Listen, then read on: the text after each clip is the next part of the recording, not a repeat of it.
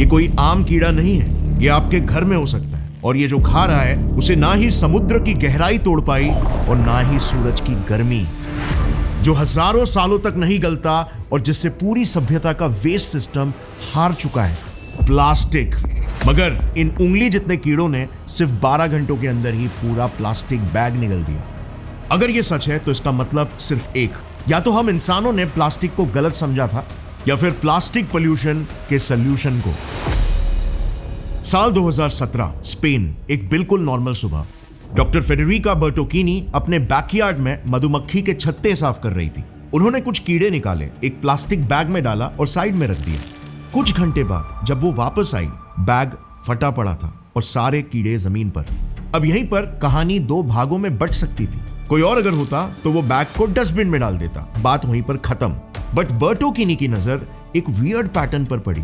ये holes random नहीं थे। सच्चाई जानने के लिए बर्टोकीनी ने कीड़ों को लैब में लाया, फ्रेश पॉलीथिलीन बैग में डाला, कंट्रोल्ड एनवायरनमेंट, टाइमर स्टार्ट। बस 40 मिनट गुजरे और होल्स फिर से आ गए। 12 घंटों के अंदर पूरा बैग गायब।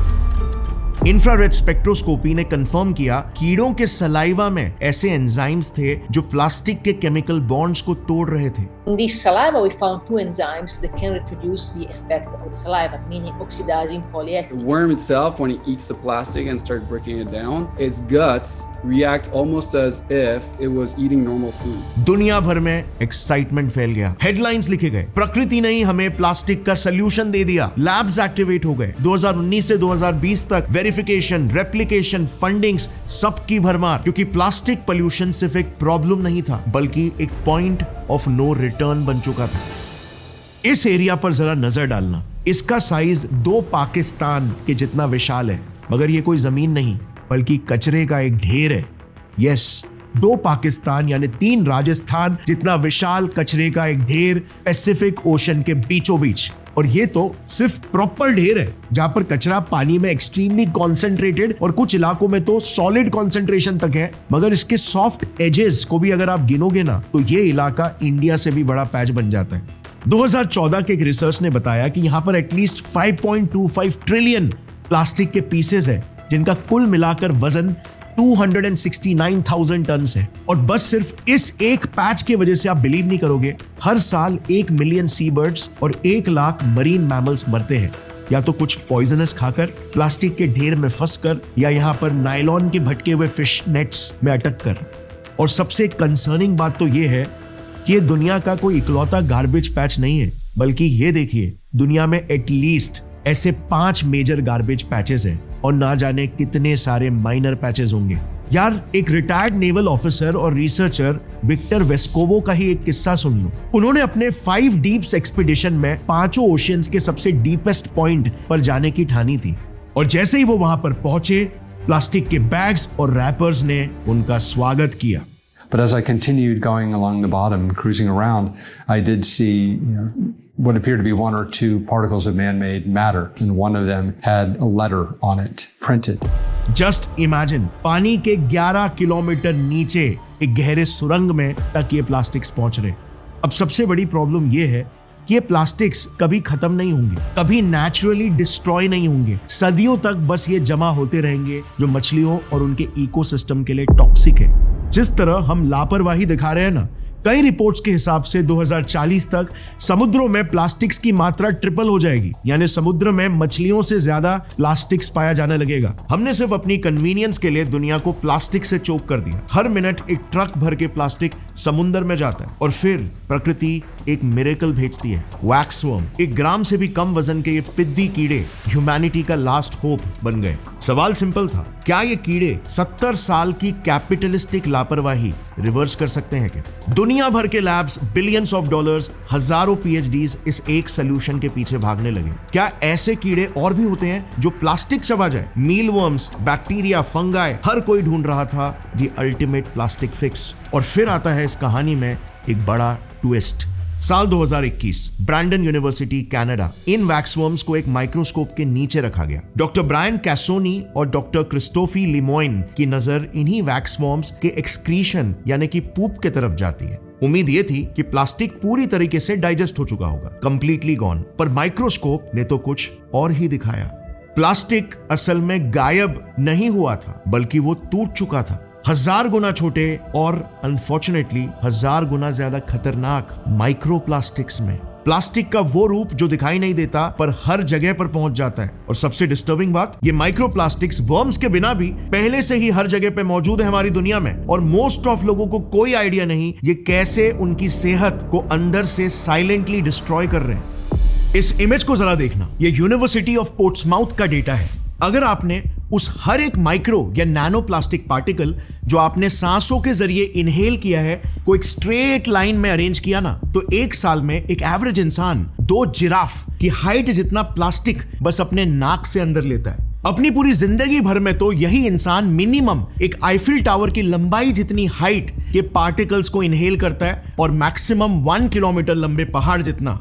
अब ये थोड़े हायर साइड वाले एस्टिमेट जरूर है, मगर हमारी हवा भरी पड़ी है प्लास्टिक छोड़ने वाले सोर्सेस से, जैसे पॉलिएस्टर और सिंथेटिक कपड़े जो हम रोज pहनते हैं, सोफास, कारपेट्स, गैजेट्स, गाड़ियों के घूमते हुए tyres, plastic bags and a lot more. इन सभी सोर्सेस से हम एटलीस्ट एवरीडे 300 प्लस प्लास्टिक के बड़े माइक्रोप्लास्टिक्स और लैक्स ऑफ नैनो प्लास्टिक्स को इनहेल करते हैं। प्लास्टिक के बोतल में पानी तो हर कोई पीता है, राइट? कोलंबिया यूनिवर्सिटी और नेशनल इंस्टीट्यूट ऑफ हेल्थ के एक रिसर्च में 1 लीटर पानी के प्लास्टिक बोतल में on an average 2.4 lakh plastic particles मिले, जिसमें से एटलीस्ट 90% पार्टिकल्स नैनो पार्टिकल्स थे। अब नैनो पार्टिकल्स इंजेक्शन का plastic bottles by far one of the biggest source है, जिनके अकेले के जरिए हम 90,000 बड़े माइक्रोप्लास्टिक पार्टिकल्स को ईयरली कंज्यूम कर रहे हैं। अब इमेजिन करो हम soft drinks, fruit juices, energy drinks सब कुछ इन्हीं प्लास्टिक के ही बॉटल्स में पीते हैं। And let me also tell you, nano plastics को माइक्रोप्लास्टिक से बिल्कुल भी कम मत समझना।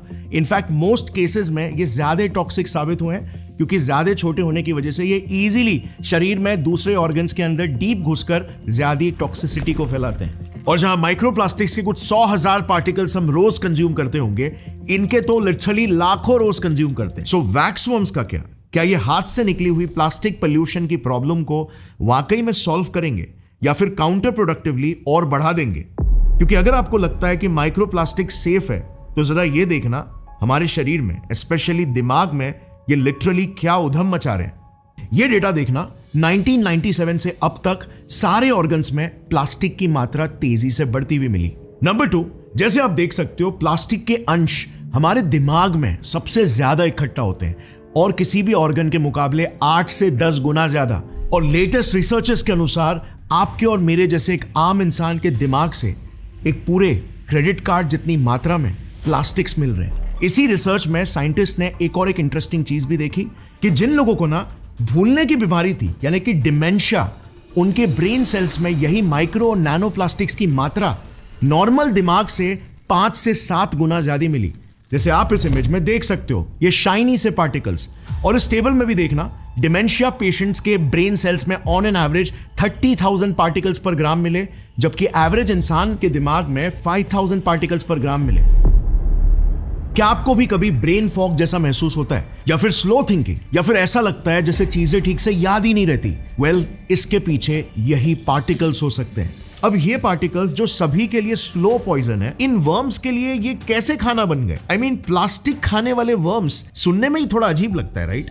देखो, वैक्स वर्म्स बीज का वैक्स खाते हैं, और यहीं पर एक इंटरेस्टिंग इत्तेफाक बनता है। बीज वैक्स और पॉलीथिलीन यानी कि प्लास्टिक का केमिकल स्ट्रक्चर लगभग एक जैसा होता है। दोनों लॉन्ग चेन कार्बन्स हैं। मिलियंस ऑफ इयर्स के एवोल्यूशन ने वैक्स वर्म्स को एबिलिटी दी कि वो अपने एंजाइम्स की मदद से बीज वैक्स को तोड़ सके। और प्लास्टिक तो बस उन्हीं एंजाइम्स के लिए एक एक्सीडेंटल मैच था, और इसीलिए फिर धीरे धीरे करके फोकस वर्म्स से हटकर एंजाइम्स पर चला गया। एंजाइम सीरीज और डिमीटर, जो हेक्सामेरीन/फिनॉल ऑक्सीडेज फैमिली के हैं। साइंटिस्ट ने सोचा, अगर इन एंजाइम्स को और पोटेंट बना दिया जाए, मास प्रोड्यूस किया जाए, तो अब तो प्रॉब्लम सॉल्व हो गई ना।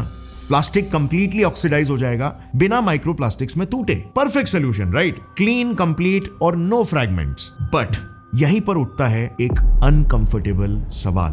क्या यह सोल्यूशन वाकई में दुनिया के 10 बिलियन टन प्लास्टिक को मिटा सकता है? जब 400 मिलियन टन प्लास्टिक हर साल नया ऐड हो रहा है। रियलिटी काफी ब्रूटल है। सिर्फ जो प्लास्टिक ऑलरेडी बना है उसे तोड़ने के लिए भी 2 क्विंटिलियन वर्म्स जितनी एंजाइम कैपेसिटी हमें डेवलप करनी पड़ेगी, और लगातार दशकों की मेहनत और पूरी दुनिया के सारे देशों का कोऑपरेशन। मगर मेन प्रॉब्लम तो यह है कि प्लास्टिक प्रोडक्शन रुकने का नाम ही कहां ले रहा। हर साल डबल हो रहा है, 2040 तक ट्रिपल हो जाएगा। क्या सोल्यूशन वाकई में कीड़े होंगे? कड़वी सच्चाई यह है कि प्लास्टिक प्रॉब्लम की जड़ केयरलेसनेस नहीं है, कन्वीनियंस है। एक मिसअलाइंड इकोनॉमिक इंसेंटिव्स का सिस्टम जो सिर्फ कन्वीनियंस को रिवॉर्ड करता है। प्लास्टिक का फिजिक्स सिंपल है, high strength, durable but extremely cheap. आज ये $600 बिलियन का मशीन बन चुका है जो सारे देशों की जीडीपी को पंप कर रहा है। फायदा किन किन का? मैन्युफैक्चरर्स, रिटेलर्स, गवर्नमेंट, आप और मैं कंज्यूमर्स का। नुकसान किसका? समुद्र, मछलियां, जंगल, जानवर और हमारे भविष्य का, जो हमें दिखता कहां। फायदा सभी को आज चाहिए, मगर नुकसान का स्केल हमारे एब्स्ट्रैक्शन से भी बाहर है। और जब पॉलिटिकल लीडर्स ही सिर्फ 5 साल के साइकिल्स में जीते हैं, तो 50 से 100 साल आगे के प्रॉब्लम्स को सॉल्व करने का इंसेंटिव सिस्टम देता ही कहां, उल्टा पनिश करता है। तरक्की के उड़ते तीर को हाथ में कौन ही लेना चाहेगा? और यहीं पर हम एक बड़े भ्रम में जीते हैं। इंसानी तरक्की एक सीधी लकीर नहीं होती, बल्कि एक स्पाइरल लूप है। प्रॉब्लम आइडेंटिफाई करो, सोल्यूशन बनाओ, सेकंड और थर्ड ऑर्डर कॉन्सिक्वेंसेस को समझे बिना सोल्यूशन नई प्रॉब्लम्स क्रिएट करता है। उन्हें फिक्स करने के लिए और नए सोल्यूशंस लाओ। इसी लूप में हम भूल जाते हैं हर सोल्यूशन अपनी एक नई समस्या को जन्म देता है। यही है law of second order consequences. और ये सिर्फ प्लास्टिक की कहानी नहीं है, ये ह्यूमैनिटी का पैटर्न है। कन्वीनियंस के लिए हमने जंगल काटे, नतीजा अपने ही फेफड़े जला दिए। बिजली के लिए डैम्स बनाए, रोशनी मिली, नतीजा जंगली इकोसिस्टम्स बह गए। इंटरनेट बनाया ताकि इंसान जुड़ सके, नतीजा कंफर्ट धीरे धीरे एडिक्शन बन गया। और इसी को आज हम तरक्की कह रहे हैं। मगर तरक्की किस चीज की? इंसान की या सहूलियत की?